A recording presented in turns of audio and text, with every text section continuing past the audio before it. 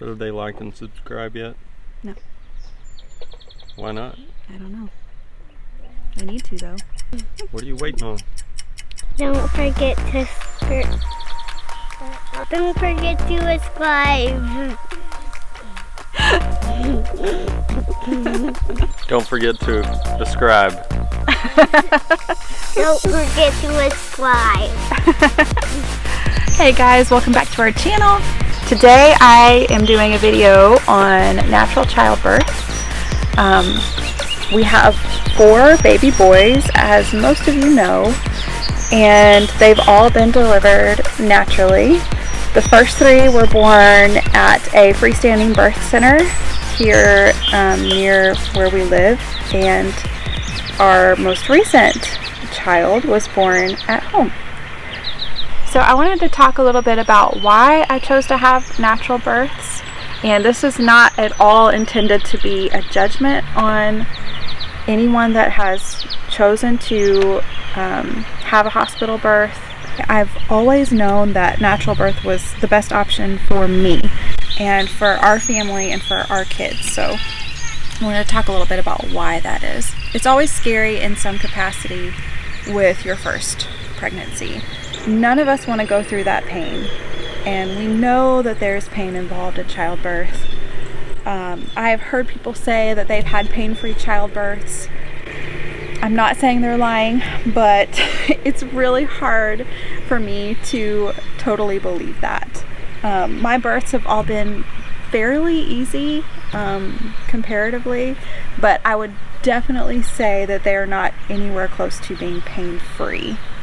It's very painful, and that is why I will never judge a woman for wanting pain relief in childbirth, because that crap hurts and there's no way around it. But there is a reason why I personally chose to not have any kind of pain relief, or I guess medical pain relief during my births. Another main reason that I chose to have a natural birth in the beginning is because I'm the type of person that likes to have control, maybe a little bit too much, and I really felt like after reading other people's experiences, hearing other people's experiences having a natural birth, I felt like I would have more control over what happened. I would have more control over my body, and I would have more control over what happened with baby after he was here. So I had my first baby 7.5 years ago in 2012. Right before and right after I found out that I was pregnant is probably when I did the most research. I nailed down pretty quickly that I wanted to have a natural birth, that I didn't want to give birth in a hospital.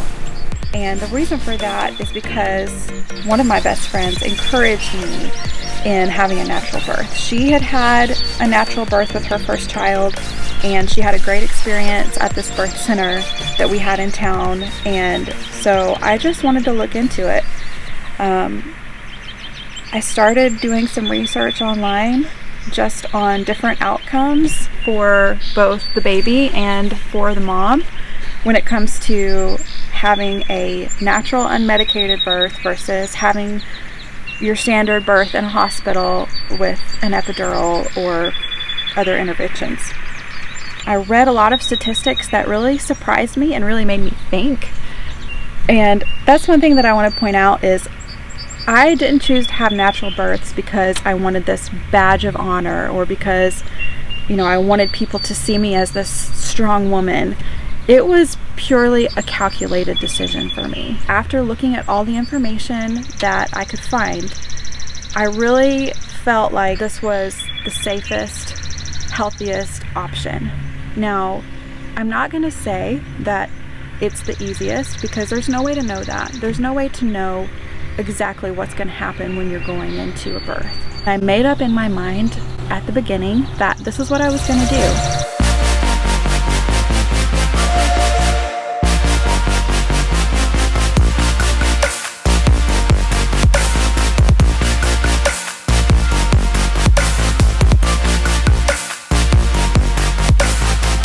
When I started my research, the main thing that I looked at was this idea that having a vaginal birth, well, I went in with the understanding that a vaginal birth is more healthy for baby.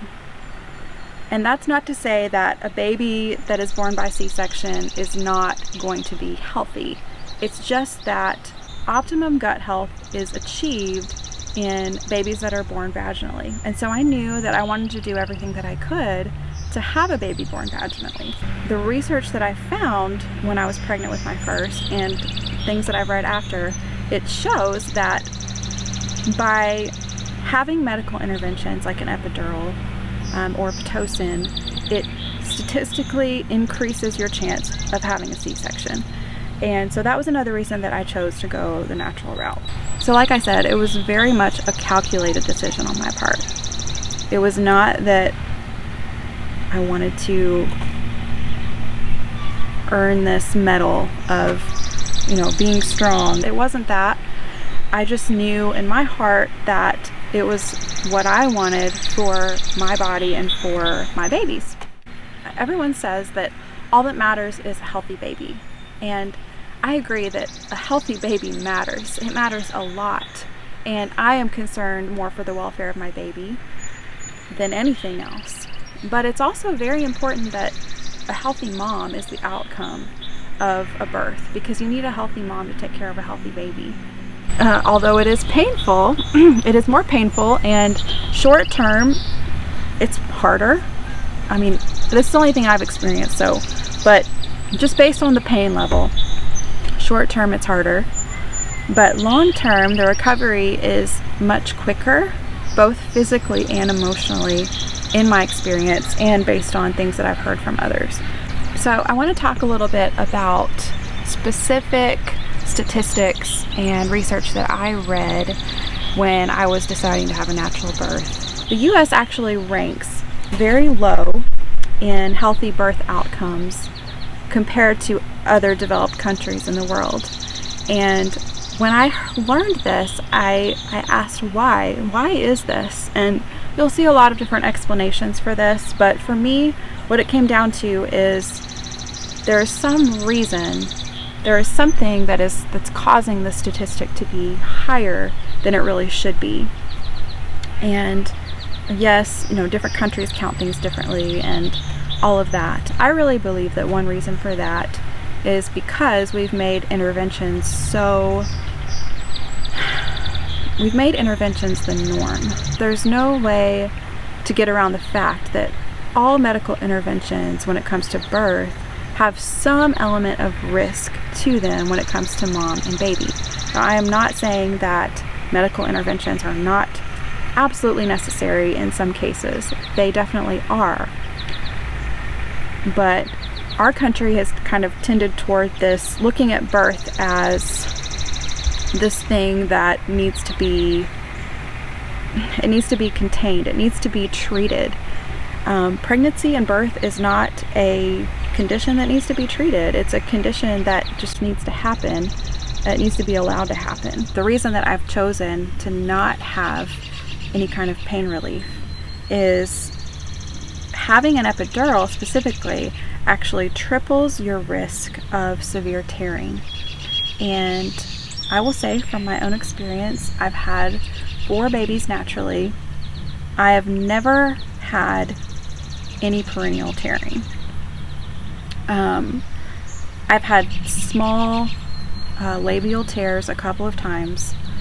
Sorry guys if this is TMI, but it's just part of it. Another thing that I hear often is from moms saying, well, my doctor said that this could happen, or the baby could be big, or there's a risk of something that could make mom uncomfortable or make birth more difficult. But in reality, if you really look at the risks of these things that are being brought up versus the risks of the interventions involved to possibly keep these things from happening, they really don't outweigh each other in a lot of cases if you look at the data. Another statistic is having an epidural increases your likelihood of needing to use forceps or a vacuum or having a C-section. So like I said, I will never judge a woman for wanting pain relief because it hurts. It just does. But despite that, I am glad that I made the decision that I made, and that's one reason that I wanted to make this video, is just to encourage moms that are considering doing natural birth, that are scared of the pain, that are scared of not being surrounded by doctors and nurses, or having all of the medical interventions that are available in a hospital setting. I do want to encourage people and new moms, if you're watching this, you have a lot more control than you think, and your body is capable of a lot more than you think. Recovery was, again, it was very easy. I was up pretty much immediately after having him. I wasn't confined to the bed for days on end. I mean, I rested, I spent a lot of time in bed, but not because I couldn't move. With my first birth, I had to have a couple of stitches. But with every birth after that, I've never had to have any kind of stitches or anything like that. And I'm very grateful for that, and I know for a fact that that made recovery so much easier. I'm not going to go into every single one of my birth stories. I've had 4 babies, but my first 3 babies were born at a freestanding birth center, and my most recent baby, which I had 4.5 months ago, was born here at home. And this is my first home birth. One reason I chose to have a home birth with my 4th is because we don't have a freestanding birth center in our area anymore, and I knew that I didn't want to give birth in a hospital. I would have gladly had another birth center birth if that were an option, but honestly now I'm glad that I didn't have that option, because the home birth was actually an amazing experience, and I am so glad that I got to experience it. I was just talking a little bit about Levi being born and having him at home. Do you remember when Levi was born? A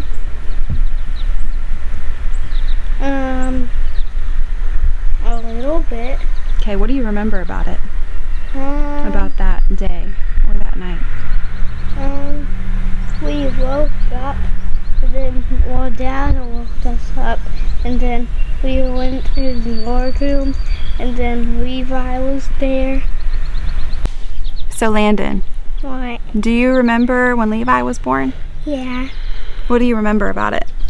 Do you remember that you went to bed and Levi was still in Mama's tummy? Yeah. And then you woke up and what happened?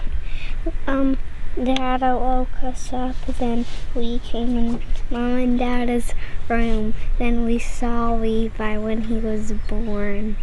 After he had been born. Yeah. But you woke up and he was here, right? Yeah. Yeah. Do you remember that, Lachlan? Yeah. Do you remember waking up and Levi being born? Mhm. That's one thing that I loved about having a home birth is the boys were actually in bed. It worked out perfectly. And I had Levi around 10:30. And so we had the whole night to rest in our own beds and just relax. And then when the boys woke up in the morning, their little brother was here.